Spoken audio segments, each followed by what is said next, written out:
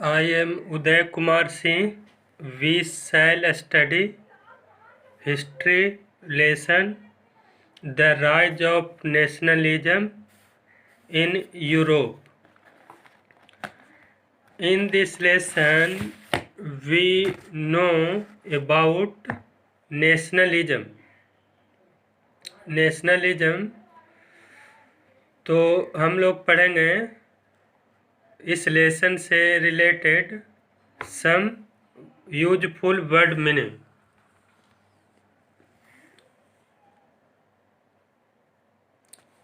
Absolutist means a form of monarchical government that was centralized, militarized and repressive.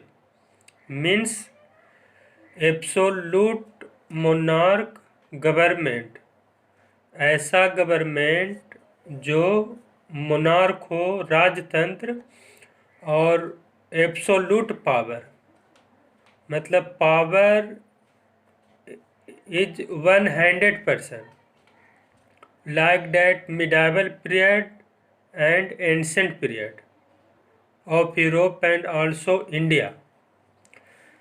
Second topic, utopian, a vision of society which based on imagination, means एक ऐसा society जो base हो कल्पना पे, not a real exist. Means utopian, a poet sir Thomas More wrote a book Utopia. Utopia means एक ऐसे समाज के बारे में हम कल्पना कर सकते हैं जो डेमोक्रेसी पे आधारित हो ड्यूरिंग मिडाइवल पीरियड या before the rise of nation state, totally based on imagination hypothesis. Second, renaissance in Europe 1453, Ottoman empire which is a group of Muslim countries, अपना एम्पायर को एक्सपेंड करने के लिए कॉन्स्टेंटिनोपल पे अटैक किया और वो Constantinople became the part of Ottoman Empire. This is after that Europe enter in modern period. यहाँ से मॉडर्न पीरियड शुरू हो जाता है यूरोप में। Religious reform movement in 16th century like that Protestant and Catholic religious reform movement हुआ था Europe में। And formation of modern state, formation of modern state are countries means independent countries started in 19th century in Europe. Means in Europe में modern state का formation हुआ in the 19th century। Modern state means a centralised power, sovereign control, clearly defined territory, developing over a long period of time, means definition of a state और country known as. Next topic is nation. Nation refer to group of people who feel bound into a single body by share culture, value, religion or language, identity of any country. Means यदि बात हो कि India को define करने के लिए तो what is the definition of India, तो हम कह सकते हैं कि इंडिया का exist Indus valley civilisation, Mauryan period, Gupta period, Harshavardhan, medieval period, British period. After that 1947 India became a nation which bounded their culture, value, traditional, and be the people of India, diversity and unity, and different features of India, like that. Next topic is nation state. Nation state was one in which the majority of its citizens, and not only its ruler, come to develop a sense of common identity and share history and descent. इस topic में ये बताने का प्रयास किया जा रहा है कि what is nation state. Means we shall include definition of nation as well as state, means characteristics of a state and nation. India is nation and also a nation state. तो why? देखिए, India का एक अपना पहचान है. इसका different religion, different language, different culture, tradition, clothes, food item, no common identity. हम लोग एक मिल के कहते हैं कि we are Indian. So you also India is a state which had sovereign power, clearly a defined territory, a government and people.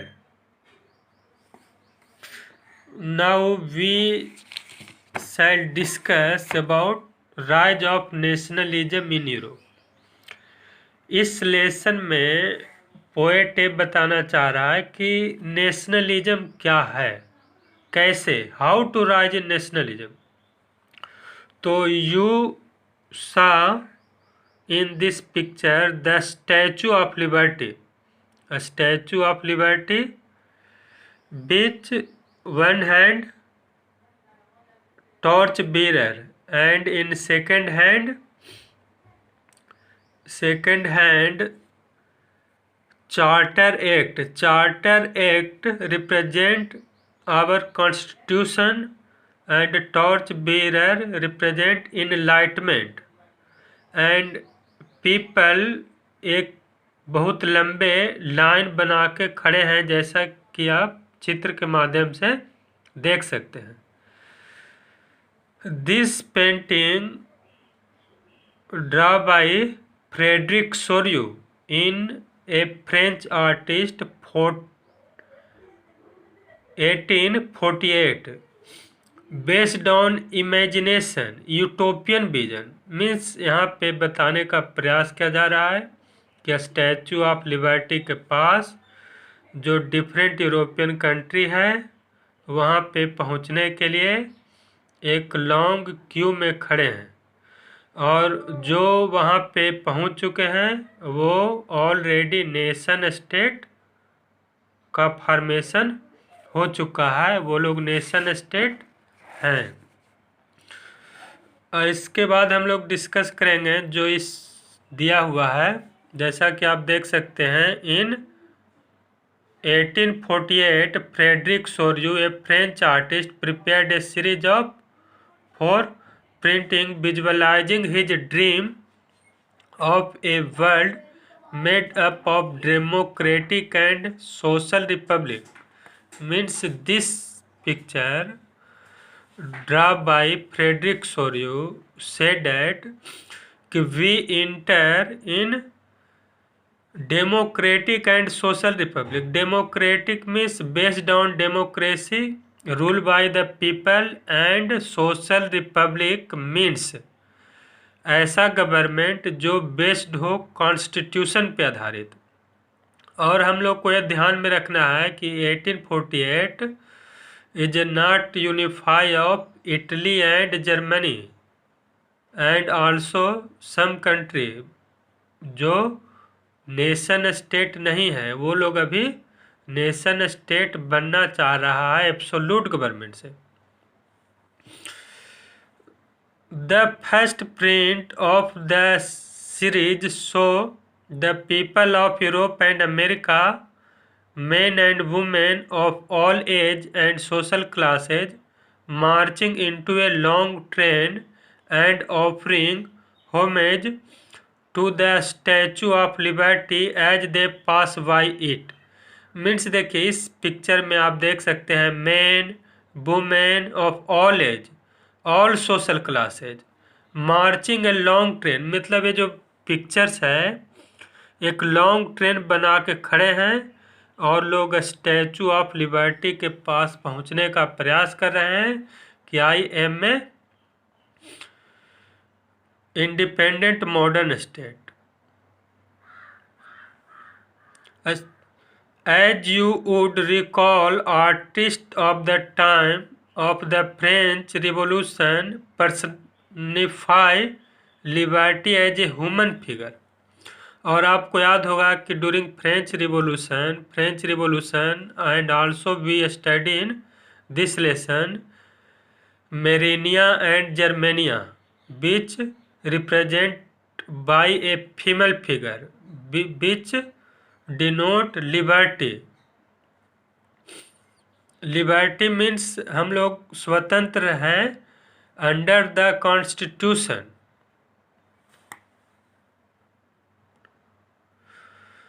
On the earth in the foreground, the image of a statue remain of the symbol of absolutist institution।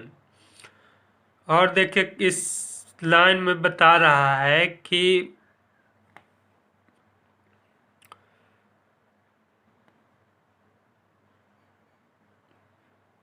she bears in one hand and a charter of the rights of man in the other। On means इसके एक जो हम लोग discuss किए थे कि one hand में charters of the rights of man. Rights of man सबसे पहले ब्रिटेन में 1215 में आया था। इसके लिए कानून पारित किया गया था। Rights of man means rights of citizen through constitution just is a form of charter act. और आप इंडियन हिस्ट्री में भी ब्रिटिश टाइम में कई सारा चार्टर एक्ट लाया गया था। वो इंडियन कॉन्स्टिट्यूशंस का एक पार्ट माना जाता है। धीरे धीरे डेवलप हुआ है।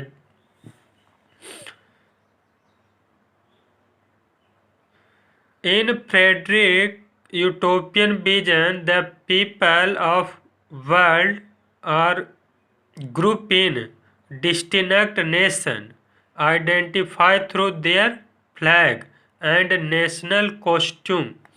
मिस ए फ्रेडरिक सोर्यू जो इमेज बनाया है उसमें आप देख सकते हैं कि उसके आइडेंटिफाई करने के लिए पीपल को उन लोग के हैंड में अलग अलग कंट्री का अलग अलग फ्लैग है और उसको अलग ड्रेस से डिनोट किया गया है। Leading a procession way past the Statue of Liberty are the United States and Switzerland which by this time they are already nation state.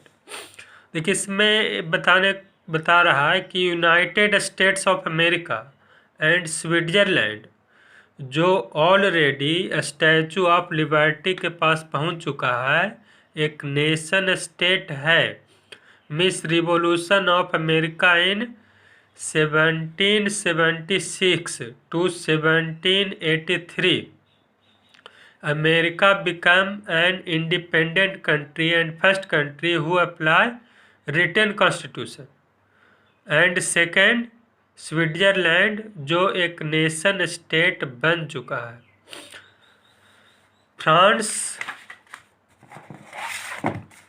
France identifiable by the revolutionary tricolor just reached the statue। और जो France के बारे में revolution of 1789, 1830, 1848, लेकिन 1848 का revolt भी उसका success नहीं हुआ और बाद में वहाँ एक डिक्टेटर गवर्नमेंट आ जाता है, Napoleon third, Neiphiu of Napoleon. तो यहाँ पे प्रयास किया जा रहा है, बताने का प्रयास है आर्टिस्ट के द्वारा कि 1848 मतलब कि जस्ट पहुँचने वाला है, just reached the statue. She is followed by the people of Germany bearing the black, red and gold flag. और फ्रांस के पीछे देखेंगे तो next nation is Germany. Germany उस टाइम में पर्सिया के नाम से जाना जाता था, Persia and Austria, Austro Hungarian empire. Austro Hungarian empire जो यूरोप में सबसे बड़ा हैब्सबर्ग एम्पायर का पार्ट था, और उसी के अगेंस्ट में जो मैटरनिक था, मैटरनिक कंजर्वेटिव गवर्नमेंट, जो कंजर्वेटिव वो चाहता था कि जो यूरोप है वहाँ पे मोनार्क फॉर्म गवर्नमेंट रहेगा, और इसीलिए बीना कांग्रेस बुलाया गया था। अर्थात यहाँ पे Germany and Italy nation state की तरफ फ्रांस के पीछे से लाइन में खड़े हैं। Interestingly, at the time when Soryu created this image, the German people did not yet exist as a united nation. The flag they carried is an expression of liberty hopes in 1848 to unify the numerous German-speaking principalities into a nation-state under a democratic constitution। देखिए 1848 Frankfurt revolution in Germany and also revolt in France. Louis Philippe को हटाकर वहाँ पे प्रयास किया जाता है, लेकिन वो फेल्योर हो गया। हम लोग इस लेसन में आगे डिस्कस करेंगे revolution of 1848 in France and Germany. यहाँ पे यही बताने का प्रयास किया गया है कि जो जर्मन पीपल्स हैं, जो किसके पार्ट हैं, Austria, the kingdom of Sicily, Lombardy, Poland, England, Ireland, Hungary, Russia, from the heaven above Christ saint and angels gaze upon the scene. मतलब ये सब जो यूरोप में जो चेंजिंग आ रहा है, इस सब सीन को देख रहे हैं कौन लोग, जो एंजल्स हैं, जो देवदूत हैं। यहाँ पे देखिए फेरेज, जीसस क्राइस्ट, ये सब क्या है, गॉड लोग इस इमेज को जो चेंज हो रहा है उसको देखकर बहुत खुश हो रहे हैं कि हम लोगों में ऐसा यूनिफॉर्म आ रहा है, हम लोग एक डेमोक्रेसी की तरफ जा रहे हैं। मतलब एक पोएट के द्वारा जो फ्रेडरिक सोरियो है उसको दिखाया गया है इमेज के माध्यम से। They have been used by the artist to symbolize fraternity among the nation of the world। यहाँ पे हम लोग जानते हैं कि slogan of French revolution equality, liberty and fraternity. मतलब हम लोग क्या है, एक फ्रेटर्निटी, भाईचारा को डिनोट किया गया है कि सभी लोग को चाहिए, सभी लोग हम लोग एक समान हैं। आफ्टर डैट जो मेन जो इस लेसन का यही टॉपिक है कि हम लोग को जानना है कि नेशन स्टेट क्या है। तो यदि हम नेशन इंडिया को डिफाइन करना चाहें तो व्हाट इज इंडिया, तो this is very difficult work. India is a nation, तो नेशन है तो what are the characteristics of a nation। तो different people define different way of the definition of nation। अब इस वीडियो का second part हम लोग नेक्स्ट वीडियो में देखेंगे। Okay, thank you.